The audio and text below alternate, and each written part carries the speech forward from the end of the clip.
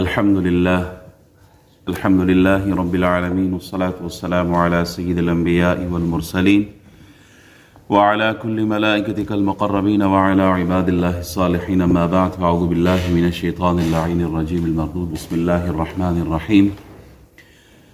ولله على الناس حج البيت من استطاع إليه سبيلا ومن كفر فإن الله غني عن العالمين،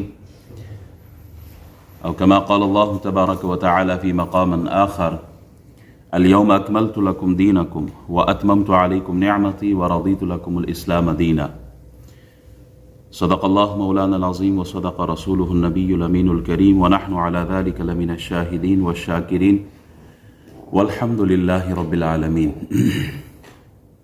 جو صدائیں اس وقت عرفات میں حجاج اللہ کے حضور اپنی حاضری دے رہے ہیں، ان کے طرز پر ہی ایک تلبیہ ہو ہی جائے.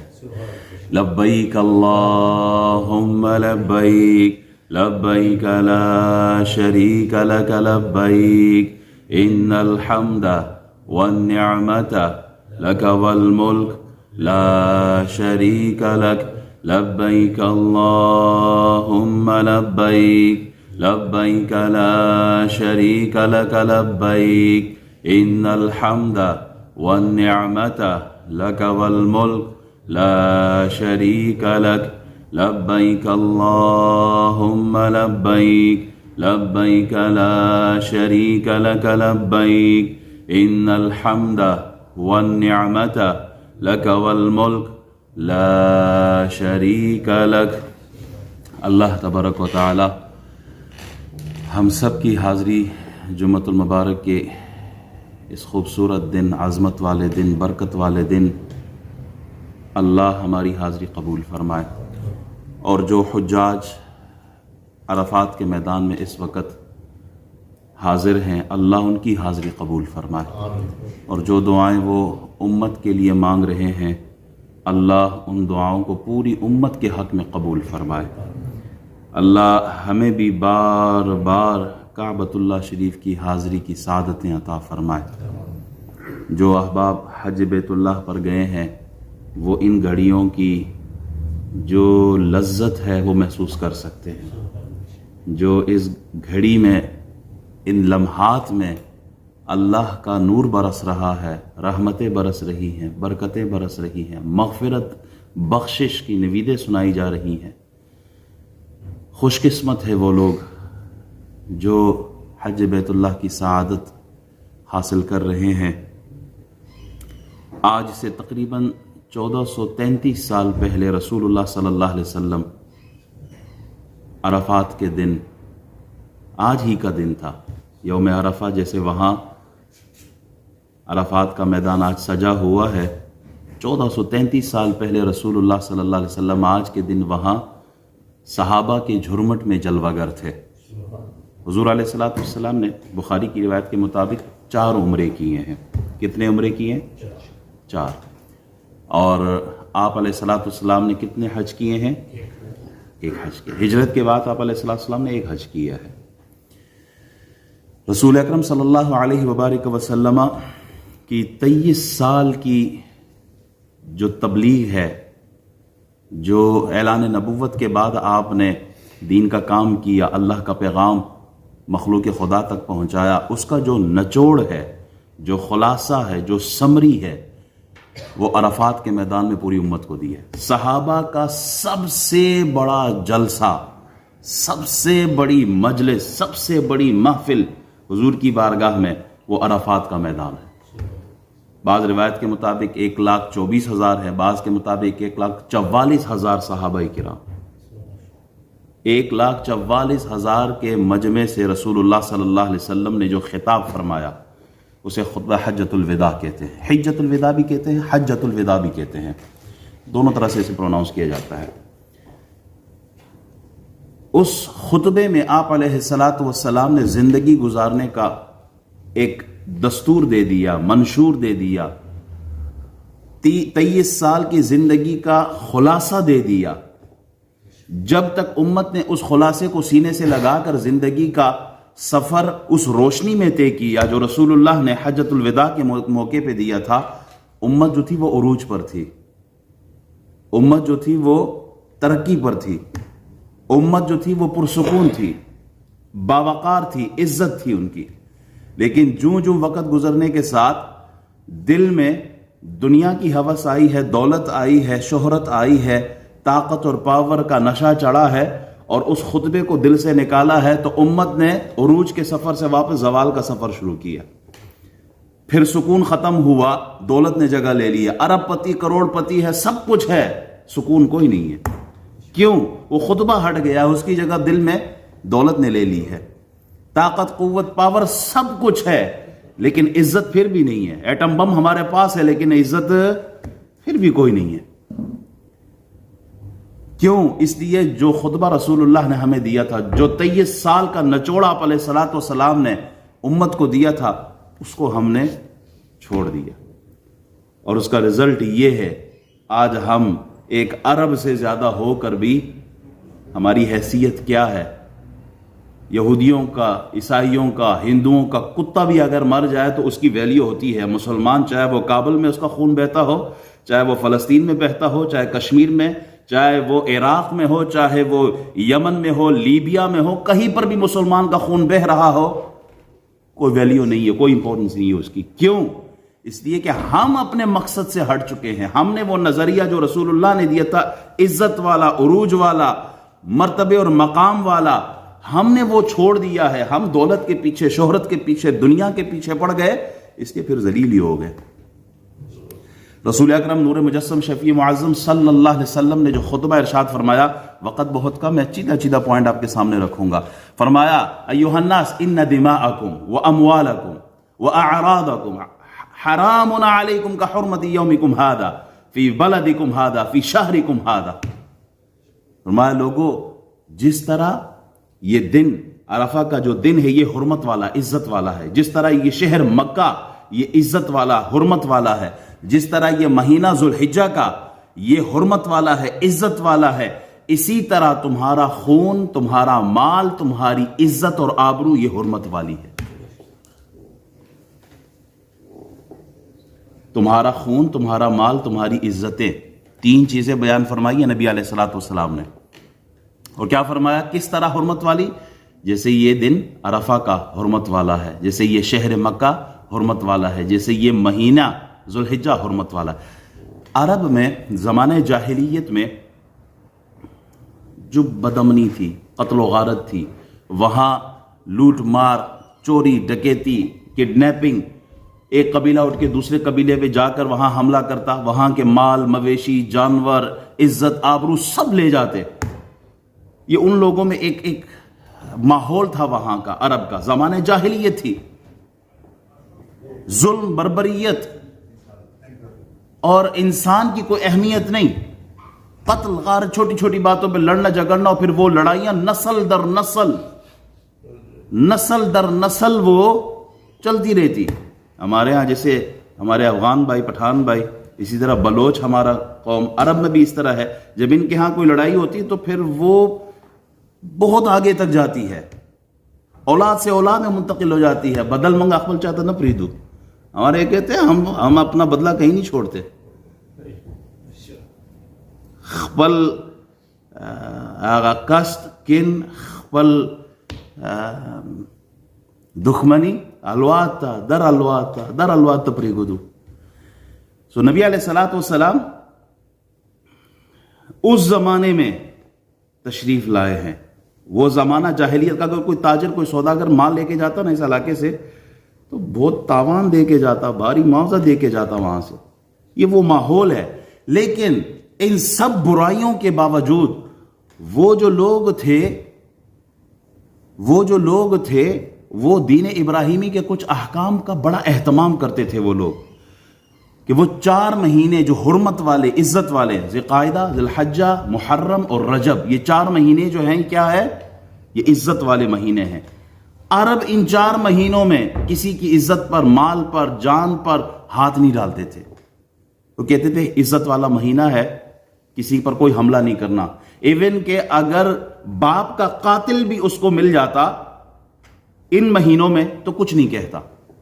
وہ لوگ جو اس بات پر لڑتے تھے کہ میرا گھوڑا تیرے گھوڑے سے پیچھے رہ گیا ہے، لڑائی شروع. میری بکری نے آپ کی بکری سے بعد میں پانی پیا، لڑائی شروع۔ اتنی چھوٹی چھوٹی باتوں پر وہ لڑتے تھے، لیکن جب یہ مہینہ آ جاتا تھا، یہ 4 مہینے آ جاتے تھے، تو باپ کے قاتل کو بھی کچھ نہیں کہتے تھے، حرمت والا مہینہ۔ اسی طرح حرم شریف، حرم جو ہے، بہت ساری چیزیں ایسی ہیں جو حرم کے باہر جائز ہوتی ہے، لیکن حرم کے اندر آ کے پھر ناجائز ہو جاتی ہے۔ ایون ہم اپنی زبان کا خیال کرتے ہیں کہ حرم شریف میں موجود ہیں، حرم مکہ میں موجود ہیں، حرم کی زمین ہے، یہاں کوئی لفظ میری زبان سے ایسا نہ نکلے کہ جس کی پکڑ ہو۔ شکار باہر جائز ہوتا ہے، حرم میں آ کے شکار منع ہو جاتا ہے۔ بہت ساری چیزیں ایسی پابندی لگ جاتی ہے۔ اگر حرم کی زمین میں کسی کو اپنے باپ کا قاتل مل جاتا تو پھر وہ کچھ نہیں کہتا، کیوں؟ اس لیے کہ یہ حرم کی زمین ہے، اگرچہ میرے باپ کا قاتل ہے۔ اسی طرح عرفہ کا دن ہے، اس کی حرمت ہے۔ رسول اللہ صلی اللہ علیہ وسلم فرماتے ہیں جس طرح حرم کی عزت ہے، جس طرح اس مہینے کی عزت ہے، جس طرح عرفات، یوم عرفہ کی عزت ہے، اسی طرح مسلمان کی جان، مال، عزت، آبرو کی عزت ہے۔ کسی مسلمان کی جان، مال، عزت، آبرو پر ہاتھ نہیں ڈالا جا سکتا۔ نبی رحمت نور مجسم شفیع معظم صلی اللہ علیہ وسلم نے عرفات کے میدان میں کھڑے ہو کر پوری دنیا کے مسلمانوں کو پیغام دیا ہے۔ یہ پیغام صبح قیامت تک کے لیے مسلمانوں کے لیے ہے کہ مسلمان چاہے وہ مکہ میں نہ بھی ہو، وہ امریکہ میں ہو، وہ یو کے میں ہو، وہ پیرس میں ہو، وہ سڈنی میں ہو، وہ اسلام آباد اور کابل، ڈھاکہ اور دہلی میں ہو، کہیں پر بھی ہو مسلمان، کسی ملک میں ہو، وہ ذوالحجہ کا مہینہ نہ بھی ہو، وہ رمضان ہو، ربیع الاول ہو، وہ جنوری، فروری، مارچ، اپریل، کوئی مہینہ ہو، مسلمان یوم عرفہ نہ بھی ہو، عام دن ہو، مسلمان کی جان، مال، عزت، آبرو کا احترام ایسا ہی ہے جیسے مکہ کی عزت اور احترام، جیسے شہر مکہ کی عزت ہے، جیسے ذوالحجہ کی عزت ہے۔ پوری دنیا کے مسلمانوں کو پیغام دیا ہے۔ صحابی رسول فرماتے ہیں کہ رسول اللہ صلی اللہ علیہ وسلم طواف فرما رہے ہیں، طواف فرماتے ہوئے کعبے کو مخاطب کیا۔ رسول اکرم صلی اللہ علیہ وسلم نے کعبے کو مخاطب کر کے فرمایا ما اطیبکی، تو کیسا پاکیزہ ہے، وَأَطْيَبَ رِيحِكِ، اور تیری جو خوشبو ہے کتنی پاکیزہ ہے، ما اعظمکی، تو کتنا عظمت والا ہے اے کعبے، وَأَعْظَمَ حُرْمَتِكِ، اور تیرا رتبہ مقام کتنا عظمت والا ہے، وَالَّذِي نَفْسُ مُحَمَّدٍ بِيَدِي حُرْمَةِ الْمُؤْمِنِ أَعْظَمُ عِنْدَ اللَّهِ كَحُرْمَةٍ مِنْكِ، اللہ کی عزت کی قسم، اس ہستی کی قسم جس کے قبضہ قدرت میں محمد کی جان ہے، اے کعبہ تجھ سے زیادہ مسلمان کی عزت، آبرو اور اس کی جو بڑائی ہے، اس کے جو شرف ہے، وہ زیادہ درجہ رکھتا ہے۔ اللہ کے حضور اس کا مقام بلند ہے، اس کا مقام تجھ سے زیادہ ہے۔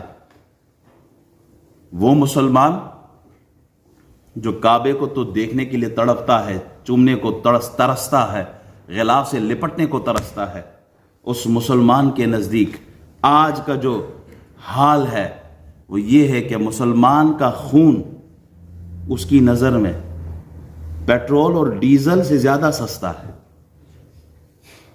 مسلمان کا خون آج مسلمان کی نظر میں ڈیزل اور پیٹرول سے زیادہ سستا مسلمان کا خون ہے۔ کل پرسوں ایک ویڈیو دیکھی کراچی کی ہے، ایک موبائل چوری کرنے والے کو لوگوں نے پکڑا اور اس کو زندہ جلا دیا ہے، زندہ جلا دیا۔ کس بات پر؟ کہ وہ موبائل چوری کر رہا تھا۔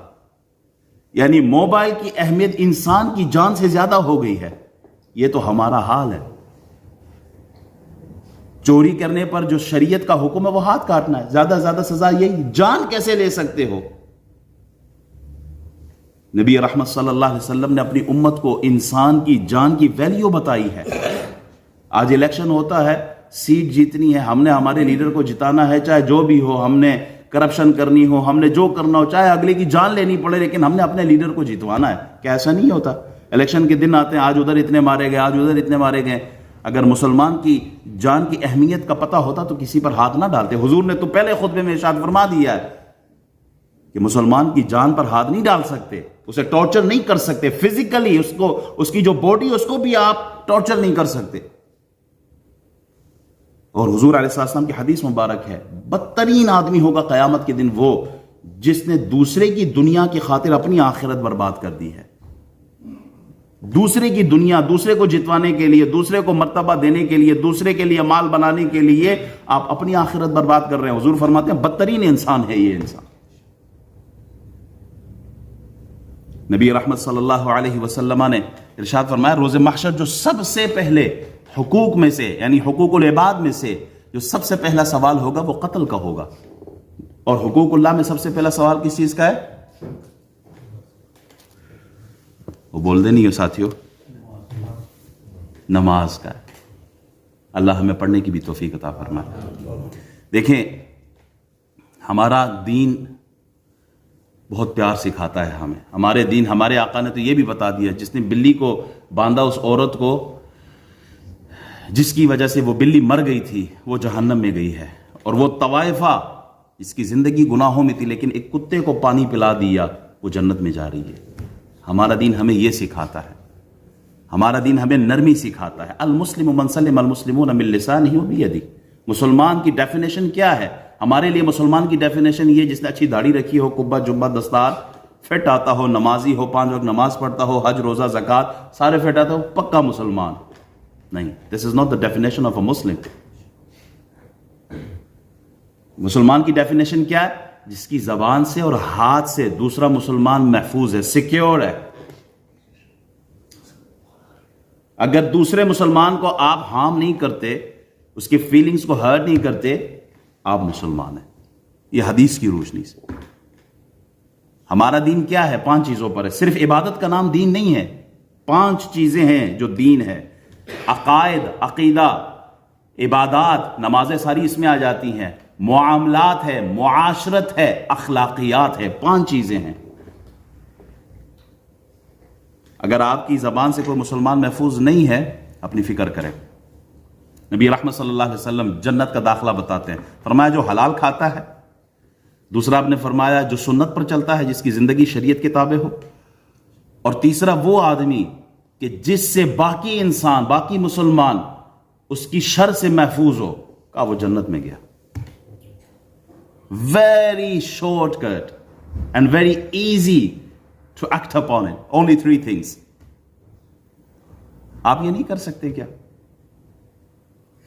پہلی چیز کیا بتائیے؟ حلال کمائیں، حرام سے بچیں. دوسری سنت پر چلنا. Just to follow the footsteps of Rasulullah sallallahu alaihi wasallam. Live your life according to the sunnah of Rasulullah sallallahu alaihi wasallam. And the third thing is don't harm anybody. This is the very easy way.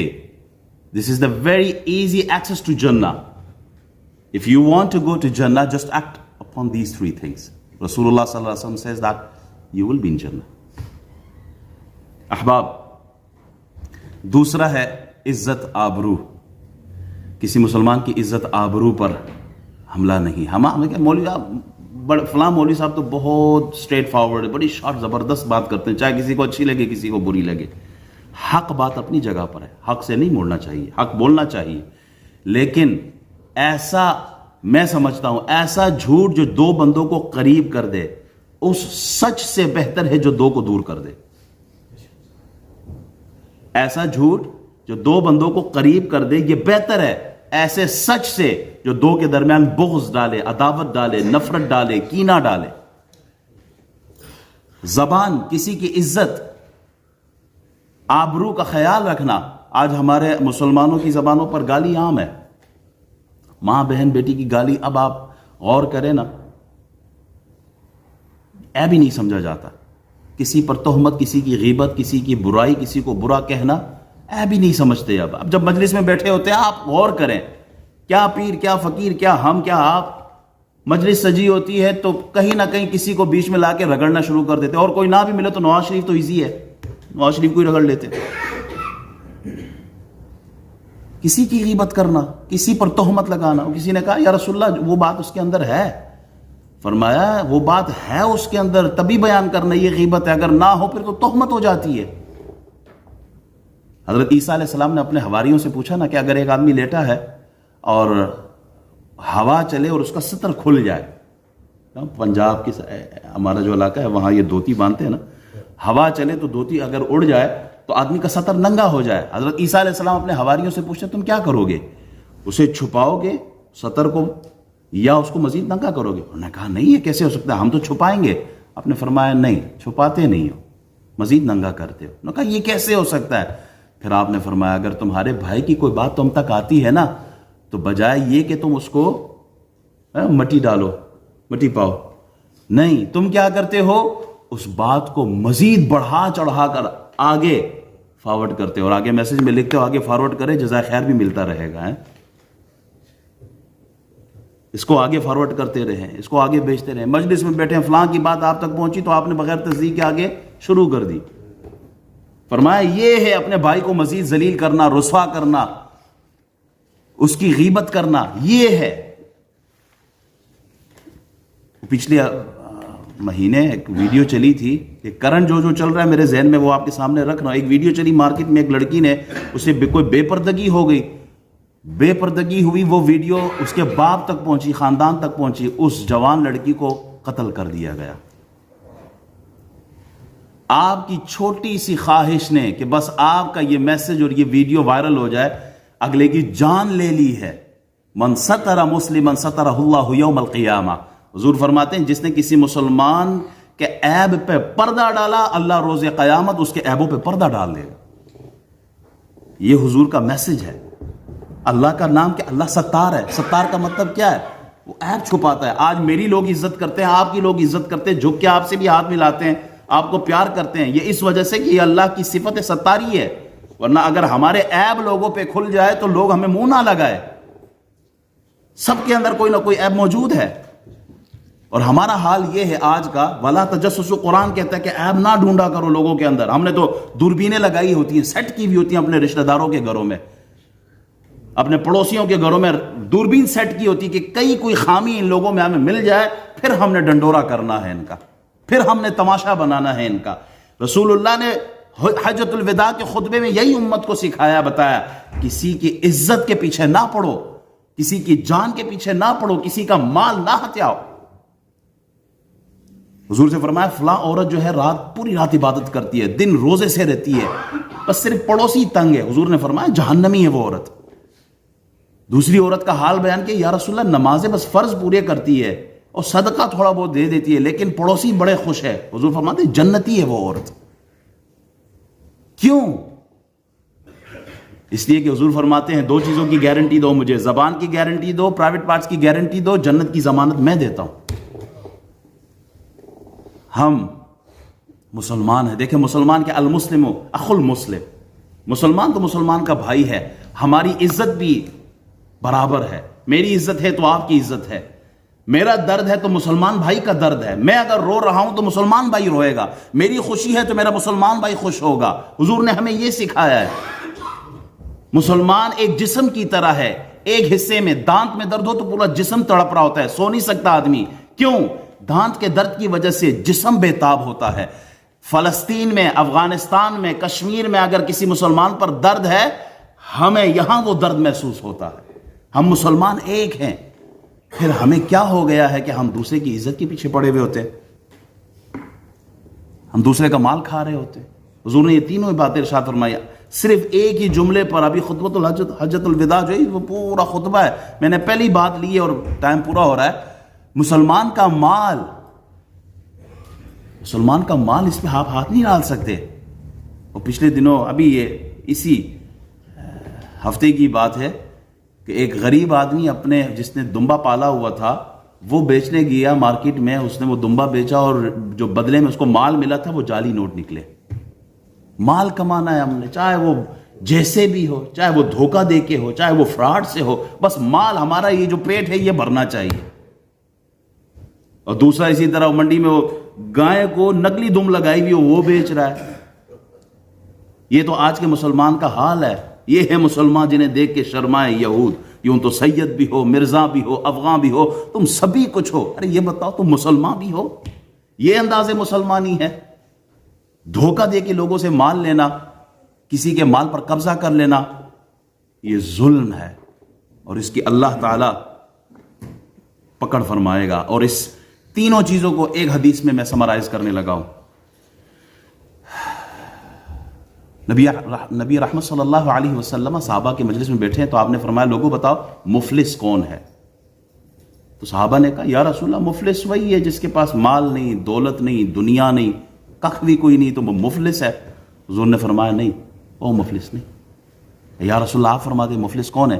فرمایا مفلس وہ ہے قیامت کا دن ہوگا، یہ نمازیں بھی لایا ہوگا، روزے بھی لایا ہوگا، اچھے اعمال بھی لایا ہوگا، سب کچھ لایا ہوگا، یعنی وہ نمازی بھی ہوگا، 5 وقت نماز بھی پڑھتا ہوگا، وہ روزے دار بھی ہوگا، وہ حاجی بھی ہوگا، وہ زکاتیں بھی دیتا ہوگا، نیک اعمال بھی کرتا ہوگا، لیکن اس کے ساتھ ساتھ کیا کرتا ہوگا؟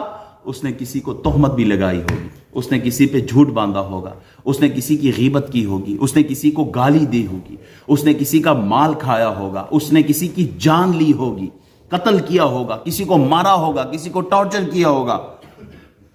اب ہوگا کیا؟ کہا جس کے ساتھ اس نے زیادتی کی ہے قیامت کے دن وہ آئے گا، اس کی نمازیں ان کو دے دی جائیں گی، اس کے روزے اٹھا کے ان میں تقسیم کر دیے جائیں گے، بانٹ دیے جائیں گے، جس کا اس نے حق مارا تھا اس کا سب کچھ ان کو دے دیا جائے گا، اس کے پاس اب نیکی کوئی نہیں ہے، لیکن کمپنسیشن پھر بھی کرنی ہے۔ ابھی وہ سارے مظلوم کھڑے ہیں، اب کیا کریں؟ کہا مظلوم کے گناہ کو اٹھا کے اس کے کھاتے میں آپ ڈال دو۔ نیکیاں تو نیکیاں گئی، اب ان کے جو گناہ ہے وہ بھی اٹھا کے اس کے کھاتے میں ڈال دیا جائے گا اور پھر اسے اٹھا کے گھسیٹ کر جہنم میں پھینکا جائے گا۔ حضور علیہ السلام فرماتے ہیں یہ ہے مفلس۔ احباب غور کریں، کہیں ہم ارب پتی ہو کے بھی مفلس تو نہیں ہے؟ ہمارے پاس مال و دولت کی کثرت ہے، کہیں ہم مفلس تو نہیں؟ ہم مفلس تو نہیں ہیں، ہم نے کسی کا حق تو نہیں مارا، ہم نے کسی کو گالی تو نہیں دی، ہم نے کسی پر جھوٹ، غیبت اور تہمت اور کسی کی دل آزاری تو نہیں کی ہے، کہیں ہماری پکڑ نہ ہو اس پر۔ ہمارا سب کچھ ہوگا، عبادتیں سب کچھ ہوں گی، لیکن پلے کچھ بھی نہیں ہوگا، پھر یہ ہے وہ مفلس۔ حضور سید عالم صلی اللہ علیہ وسلم ارشاد فرماتے ہیں ان دماءکم و اموالکم و اعراضکم حرام علیکم کحرمت یومکم ھذا فی بلدکم ھذا فی شہرکم ھذا، تمہاری جان، مال، عزت، آبرو اسی طرح ہی حرمت والی ہے جیسے کعبۃ اللہ، مکہ شہر، جیسے ذی الحجہ کا مہینہ، جیسے یوم عرفہ۔ اللہ تعالی ہمیں ایک دوسرے کی عزت کی توفیق عطا فرمائے، ایک دوسرے کی حرمت، ایک دوسرے کی جان، مال، عزت، آبرو کی حفاظت کی ہمیں توفیق۔ ہم جب کہتے ہیں السلام علیکم، مسلمان کیا کہتا ہے؟